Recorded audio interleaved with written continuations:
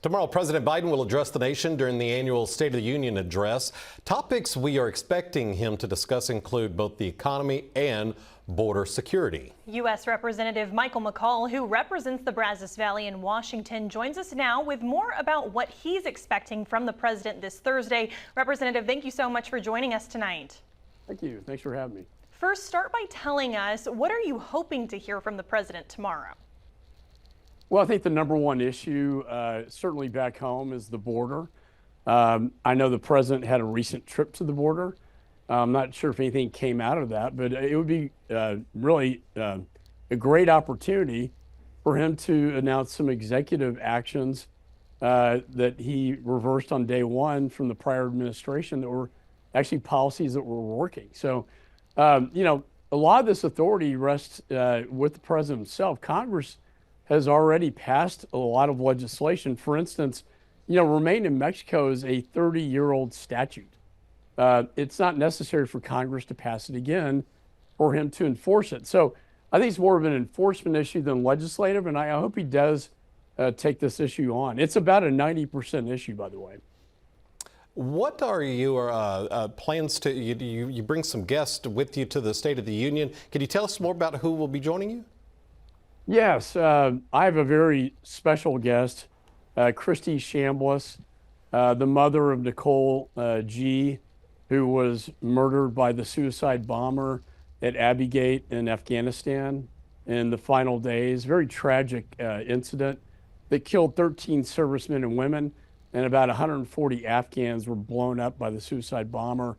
As I enter into the higher level phases of my investigation, including the Secretary of State, but also the Chairman of the Joint Chiefs, General Milley, to the SITCOM Commander, General McKenzie, who will be testifying next week before my committee.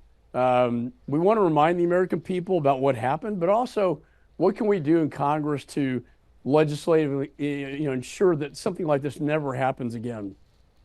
At the beginning of our interview, you mentioned the border. A few members of our KBTX team recently visited the border with you. What did you learn there, and have you gotten any updates since then? Well, I was a federal prosecutor in Texas, chief of counterterrorism. I was chairman of the Homeland Security Committee, now Foreign Affairs Committee. I've been down there so many times, but honestly, Katie, I've never seen it this bad. And that's a tragic thing. And then to see the young children in the detention spaces that through no fault of their own were brought up through this horrific nightmare journey by the drug cartels.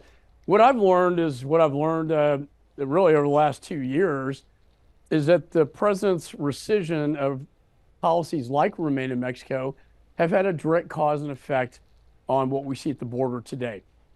And you have to take my word for it. The Border Patrol chief Ortiz testified to this fact, that what we're doing is we're not enforcing the laws, we're not utilizing political asylum to our benefit, yet we're really just releasing all these people that come in illegally into the country. And, when you got 8 million encounters and 200 on the terror watch list, or 300, I should say, not to mention the 200,000 deaths due to fentanyl, we've got a real crisis down there. You said that you've been down there several times. The president was criticized quite a bit about his one-time trip down there, and then when he goes down there, he goes to Brownsville, where it's not as bad as other places along the border. Do you think that criticism is fair? 100%. I mean, I know that border probably better than anybody. If you really want to go see where the action is, you should have gone to Eagle Pass, for instance, or some of the other, or maybe it's the fentanyl highway through Arizona. But he goes to Brownsville, which is, I don't think it was by accident, it was by design, one of the safest border communities. That's not where the human trafficking is coming from and through. It's not Brownsville. I mean, he should have gone to, Laredo, Nuevo Laredo. He should have gone to, Eagle Pass. He should have gone to Arizona, where the fentanyls are coming through. But I think that was really an attempt to have a photo op in a very secure place that didn't look very threatening, which that's all he saw. He didn't really get to see the the whole picture that I see at the border. Congressman Michael McCaul, thank you so much for your time today. Thanks, Katie. Thanks for having me.